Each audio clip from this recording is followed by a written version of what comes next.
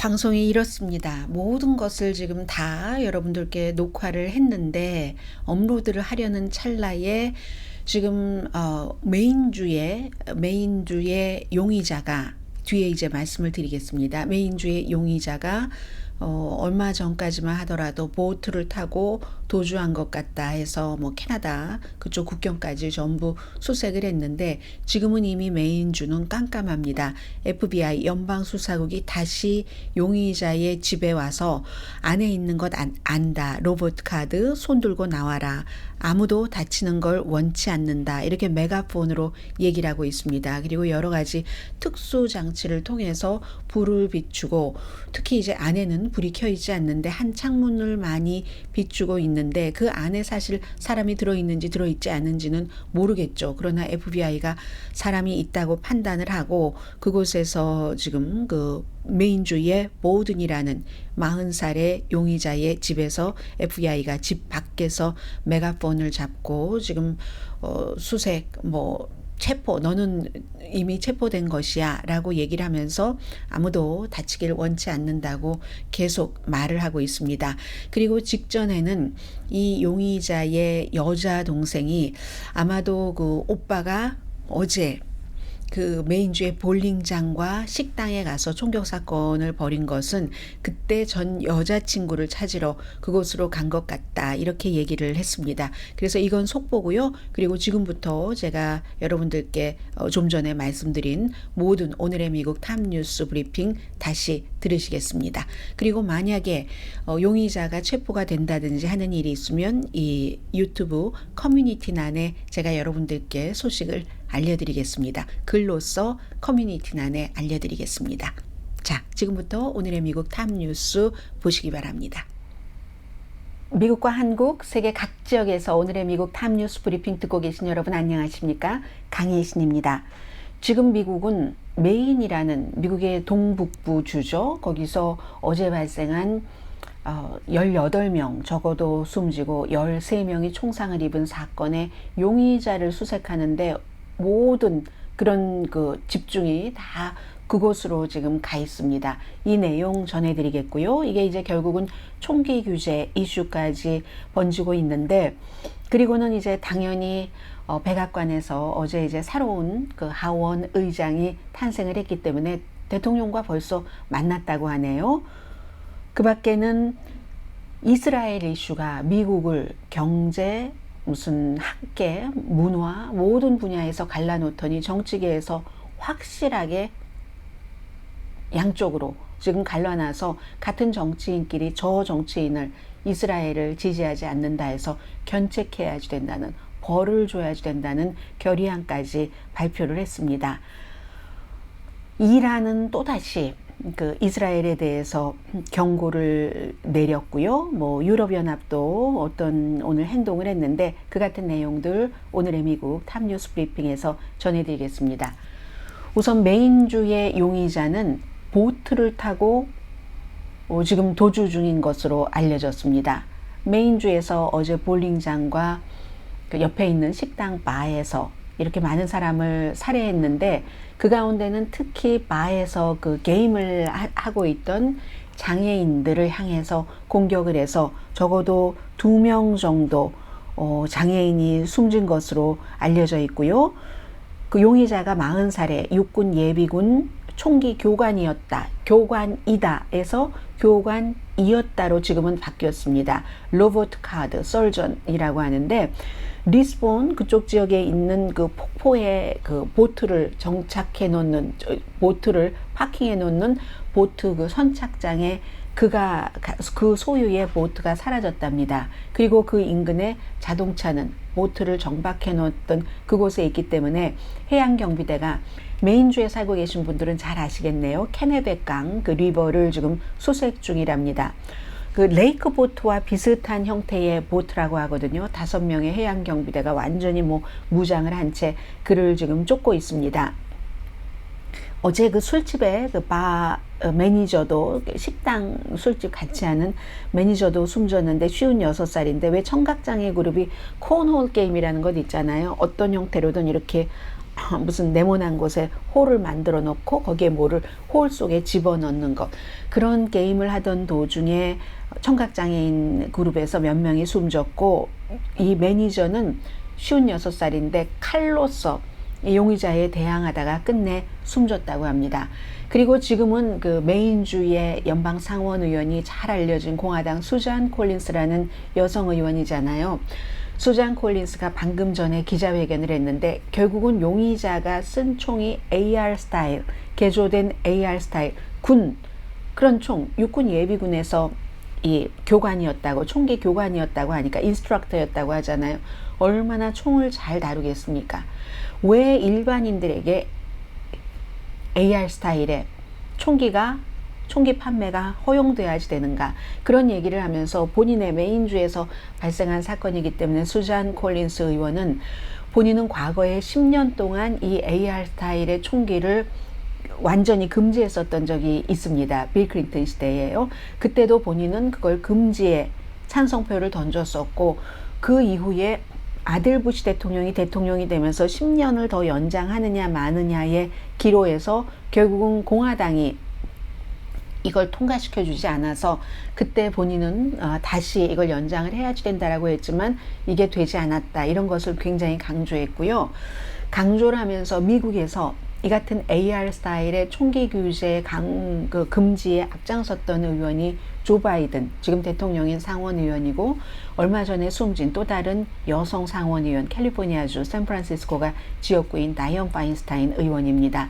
다이언 파인스타인은 본인이 샌프란시스코에서 그 로컬 정치 활동을 할 때 총에 맞아서 동료가, 시장이 숨지는 것, 그 당시에 이제 성소수자였습니다.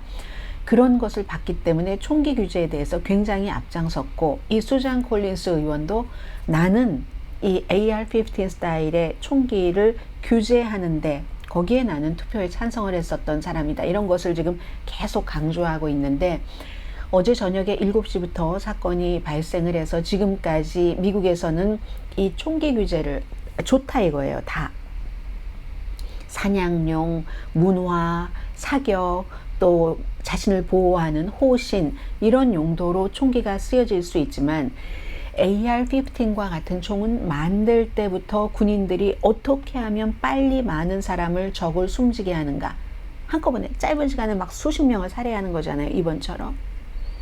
그런 목적으로 만들어졌기 때문에 일반인들이 이런 총을 가져야 될 이유가 없다. 그럼 왜 그러겠어요? 총을 갖게 되는 사람은 점점 뭐든지 고도가 되고, 보속도 완전히 그냥 일반 그냥 장난감 같은 데서부터 시작해서 주얼리, 파인 주얼리 이렇게 가는 것처럼 총도 똑같다는 얘기입니다. 그리고 무엇보다도 총기를 제조하는 회사에서는 더 강한 총을 더 비싸게 팔아서 돈을 많이 벌어야지 되는 거잖아요. 그런데 이것은 절대로 당분간 되지 않을 것 같습니다. 오늘도 부통령도 얘기를 했고, 대통령도 총기 규제해야지 된다라고 하지만, 공화당은 계속 이 40살의 용의자가 정신질환이 있었다는 이것만 강조합니다. 지금 가족들이 얘기하는데 너무너무 착한 사람이다, 뭐 방송에 나와서 인터뷰를 하거든요.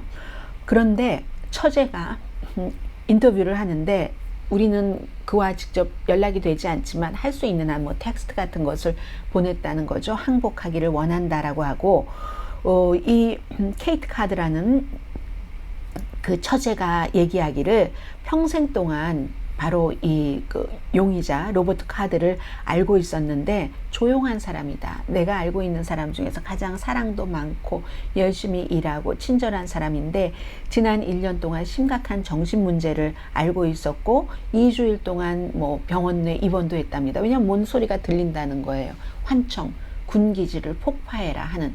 그랬기 때문에 이제 정신병원에 2주일 동안 강제로 입원을 했었는데, 그 이후에 퇴원을 했고 최근에 일자리를 잃은 것으로 알려졌습니다. 아무튼 지금 이 일로 인해서 메인주 그 아래에 미국의 여러 주들이 있잖아요. 그리고 이제 매사추세츠 쪽에 해안이 많으니까 매사추세츠주에도 경계령이 내려졌고, 메인주의 약간의 그 남서쪽이 바로 캐나다잖아요. 국경이 캐나다와 겹쳐 있죠, 메인주가. 그런데 그쪽에서 특히 남쪽에 그 몬트리올이 있는 그쪽이 이렇게 겹쳐진 곳이 메인주잖아요. 그래서 캐나다도 역시 지금 경계령 같은 것이 내려져 있습니다. 범인은 수색 중이고 추적 중이고 아직은 잡지 못했는데 그 사이에 항상 이런 일들이 있을 때마다 사연들이 엄청 많이 나오고 있습니다. 10대도 숨졌기 때문에. 미국의 총기 문제와 관련해서 올해 들어서 가장 많은 사람이 사망을 한 대량 총격 사건입니다. 네, 이번에는 어제 하원 의장의 극적으로 당선이 돼서 오늘 벌써 활동을 하고 있습니다. 마이크 존슨이라는 루이지아나가 지역구인 4선 공화당 연방 하원 의원, 연방 상원 의원들도요, 전부 나 그 사람 좀 알고 싶어 하고 알아가는 과정입니다. 좀 전에 그 기자회견을 했지만 메인주의 수잔 콜린스 의원도 그 사람이 누군지 나 구글링 해봐야지 알겠어 라고 어제 했다고 하잖아요. 그런데 이제 이 마이크 존슨 의원이 오늘 벌써 백악관에서 열린 어떤 그 브리핑 룸에 등장을 했습니다. 백악관에서 초청을 했습니다. 무슨 일로 초청을 했냐면 백악관에서 지금 우크라이나, 이스라엘, 대만 그리고 남부 국경 또 가자 지구에 인도 지원을 하는 이런 1,050억 달러 규모의 지출안을 의회에 보냈기 때문에 대통령은 이 마이크 존슨이라는 사람이 하원 의장으로 되자마자 성명도 발표를 하고 전화 걸어서 축하한다고도 하고 공화당인데도 그렇게 했잖아요. 그리고 대통령이 소집을 해서 민주당의 의원과 공화당의 의원들이 이 백악관에서 지금 얘기하고 있는 이 같은 지출안에 대해서 브리핑을 좀 들어주십시오 하고 백악관에 초대를 했습니다. 브리핑을 받기 전에 대통령을 먼저 만났다고 하고요. 그리고 오늘 이 브리핑에는 민주당인 하킴 제프리스, 민주당의 그 하원 원내대표도 참석을 했습니다. 그래서 미국은 이렇게 많은 이번에는 물론 공화당 내부에서의 22일 동안의 싸움이었지만 딱 하원 의장이 하원에서 제일 중요한 사람이 결정되고 난 뒤에는 백악관과도 이렇게 같은 민주당의 하원과도 여러 가지 일을 하는 그런 모습을 보여주면서 서로 알아가는 과정입니다. 워낙에 조용히 로우키로 일을 했기 때문에 그래서 적이 없었고 또 하나는 그 정도만 가지고는 하원 의장에 당선되는 요건이 안 되는데 공화당으로서는 트럼프 전 대통령을 강력히 보호했다는 게 전제 조건이 돼야지 되는데 이 사람이 강력히 보호를 했기 때문에 하원 의장이 됐는데 굉장히 강한 사람입니다. 여러 가지 이슈가 극초초초 공화당 성향이에요. 낙태에 대해서도 총기 규제는 반대, 낙태 금지 이런 식으로요.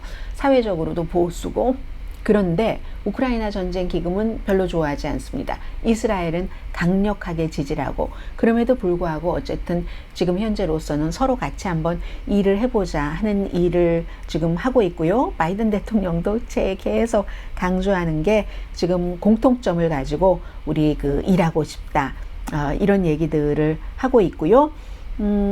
이 마이크 존슨이라는 하원 의장에 대해서는 너무나 중요한 자리고 그가 무슨 안건을 먼저 올리느냐 중요하게 생각하느냐에 따라서 미국의 방향도 달라질 수도 있고 하기 때문에 마이크 존슨이라는 하원 의장이 어떤 사람인가 하는 것은 아침에 뉴스클립의 맨 앞부분이니까 관심 있으신 분들은 그 부분을 좀 봐주시면 좋겠습니다. 그 밖에는 중요한 뉴스들이 트럼프 전 대통령과 관련해서도 많이 나오고 있는데 지금 워낙에 이스라엘이라든가 메인주의 총격 사건 때문에 많이 가려졌습니다. 그러나 하나 정도는 전해드려야지 되겠네요. 팍스 뉴스와 크리스 크리스티 뉴저지의 전 주지사 트럼프 전 대통령과 굉장히 가까웠지만 어느 순간부터 트럼프는 아니다 하고 본인이 지금 공화당의 대선 후보로 출마를 한 그런 크리스 크리스티가 이렇게 얘기를 했습니다. 마크 메도우스라는 비서실장이 특별검사팀과 면책 특권을 받고 올해 3번이나 인터뷰를 했기 때문에 이로써 트럼프는 벽에 갇히고 말았다. 크리스 크리스티 전 뉴저지 주지사가 검사 출신입니다. 누구보다도 이 같은 속 내막을 잘 알고 있습니다. 비서실장은 대통령의 생각이고 마음이고 입이기도 합니다.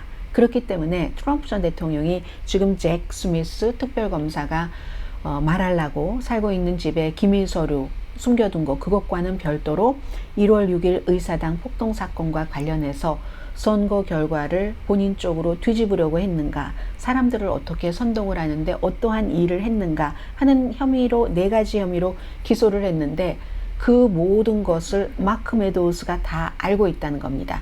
어떤 경우는 대통령이 직접 지시를 하지 않았더라도 대통령의 말과 그러한 그것을 비서실장을 통해서 누구누구에겐가 다 지시를 했고, 또 비서실장은 대통령의 모든 것을 알고 있기 때문에 어떠한 사람들이 대통령에게 이건 부정선거가 아닙니다 라고 얘기를 했는지, 그리고 그로 인해서 누가 해고됐는지, 이 모든 것을 알고 있기 때문에, 또 가장 중요한 것 가운데 하나가 선거가 도둑맞은 거예요. 그래서 바이든이 저렇게 대통령으로 일하고 있는 거예요. 이런 주장을 지금까지 하고 있잖아요.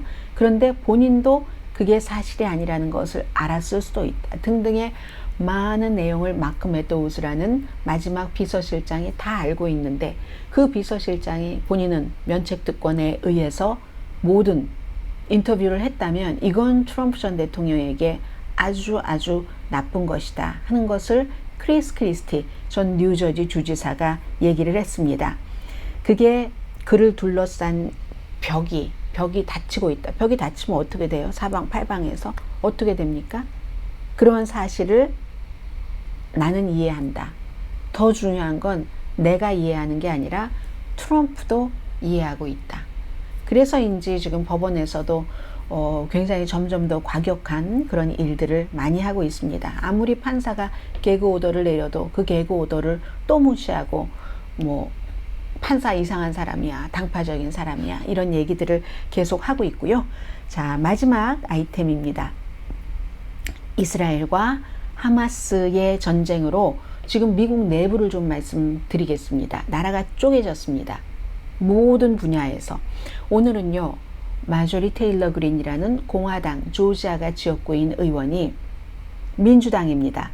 미시건이 지역구인 이 라시다 트라이브라는 하원 의원에게 벌을 줘야 됩니다 하는 안을 내놨습니다. 한 사람은 공화당, 벌을 받아야지 된다라는 사람은 민주당입니다. 그리고 라시다 트라이브는 미시건 디트로이트에서 태어났지만 부모가 전부 팔레스타인계입니다. 그러니까 이 트라이브가 요즘에 할 수 있는 얘기가 이런 얘기였습니다. 그의 말을 그대로 옮기겠습니다.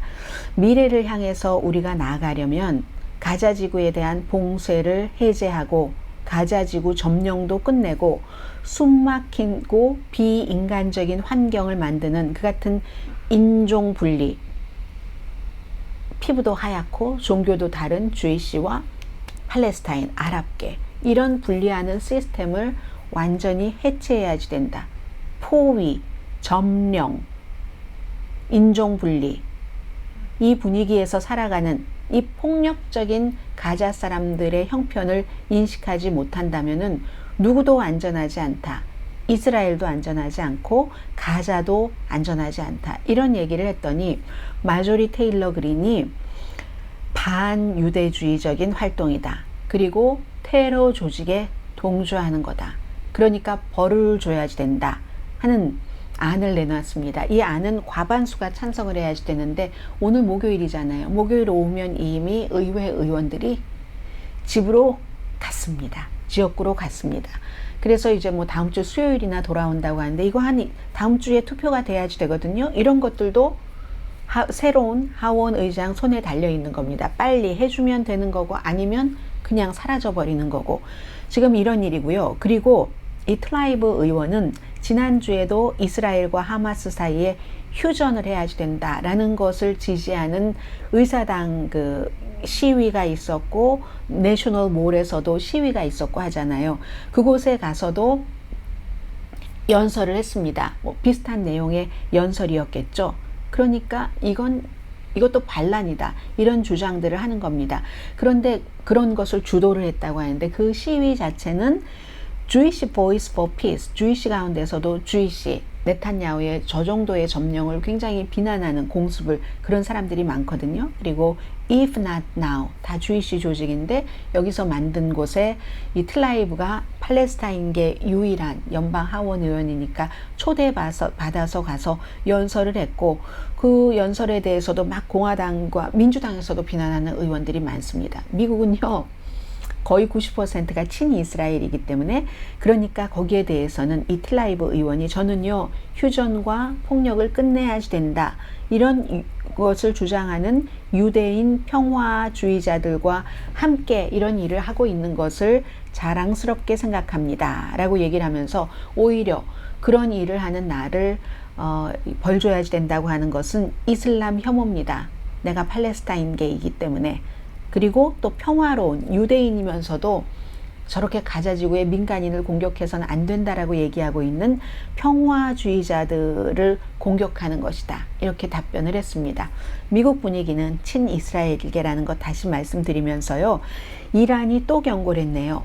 이스라엘이 가자지구에 대한 폭력을 중단하지 않으면 미국도 이번 fire라고 얘기하면서 이 fire에서 빠져나가지 못할 것이다. 이란의 외무장관이 호세인 아미르 압둘라히니 오늘 뉴욕에서 지금 이 일에 관해서 많은 결의안들이 오고 가고 있잖아요.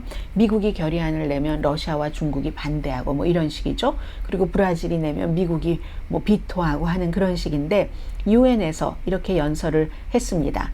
팔레스타인에서 이스라엘이 저토록 대량 학살을 하고 있는데 그 학살에 대한 관리를 미국이 하고 있는 것 아니냐. 더 압박해서 휴전을 하도록 해야지 되는 게 아닌가 뭐 이런 얘기입니다. 그래서 이란도 중동에서 전쟁이 확대되는 것을 환영하지는 않는다. 솔직하게 말해서 이란은 그럴지도 몰라요. 진짜로 막 혼란하게 하고 혼란스럽게 하고 힘을 빼고 이것을 원하지만 정말로 전쟁이 되면 이란도 힘들어지잖아요. 국내 단속도 힘들고 그렇지만 가자지구에서 이처럼 집단 학살이 계속된다면 미국도 이 불 속에서 빠져나갈 수 없다라고 얘기를 합니다. 사우디아라비아의 아라비아 텔레비전이죠. 하마스는 이란에 민간인 인질을 석방할 준비가 돼 있고 그 대가로 민간인 인질 뭐 220몇 명 그 가운데서 이스라엘이 어제 너무 많이 공습을 해서 그래서 뭐 400번 정도 했다고 하잖아요. 50명 정도 인질이 숨졌다라고 얘기하는데 확인된 건 아닙니다. 세계는 이스라엘과 우리가 인질 교환을 한다면 다라는 얘기네요. 팔레스타인 그 포로 6천 명이라고 하는데 보통 한 5천 몇백 명으로 보고 있거든요. 석방하도록 압력을 넣어야지 된다. 그럼 우리도 인질 다 석방하겠다라는 얘기를 합니다. 19일 만에 이스라엘이 가자지구를 7,000번을 공습을 했습니다. 2019년 미국이 아프가니스탄 전쟁 막 아이시스와 아프가니스탄과 하고 할 때 그때 그 정도의 폭탄을 투하했거든요. 그 비슷한 얘기입니다. 그러면 가자지구가 필라델피아에서 이 방송 듣고 계신 분들 필라델피아 정도 크기입니다. 거기에 한 230만 명이 사는 거예요. 그런데 그럼 필라델피아라는 그 크기에 어젯밤에 400번 공습이 폭탄이 떨어졌다고 생각을 해보세요. 어디에 필라델피아에 살던 안전하다고 말하기 힘들 겁니다. 북쪽이면 더 하고요. 가자 북쪽에 더 많이 떨어뜨리니까 지금 그 정도라고 생각을 하시면 되겠고요. 그런데 이스라엘에서는 하마스의 군사기본 시설, 뭐 터널 같은 것이 거기에 많으니까 그렇다라고 얘기를 하는 겁니다. 빵집도 폭격당해서 사람들이 빵을 사질 못합니다. 유럽연합은 오늘 회의에서 전투를 중단해라 라고 얘기를 했네요. 자, 이 정도 얘기고요. 오늘 미국의 뭐 경제도 이게 좋은 뉴스인지 나쁜 뉴스인지 누구에겐 좋고 누구에겐 나쁘겠습니다만은 3, 4분기에 국내 총생산이 전문가 예상은 4.5%였는데 4.9% 성장으로 굉장히 많은 성장이었습니다. 그래서 다음 주에 있을 이자율, 연방준비제도는 이자율을 조금 인상을 한다던가 아니면 이자율을 인하하는 시기를 늦춘다던가 하지 않을까 이런 생각들을 하는 사람이 많았고요. 그 같은 내용들은 아침 제가 몇 시간 전에 올린 오늘의 미국 정규방송 시간에 되어 있습니다. 자, 이상 새로운 뉴스가 나오는지 보고요. 네, 여전히 똑같습니다. 모든 이슈 여기서 마치고 내일 오늘의 미국 정규 방송 시간에 뵙겠습니다. 강혜신이었습니다.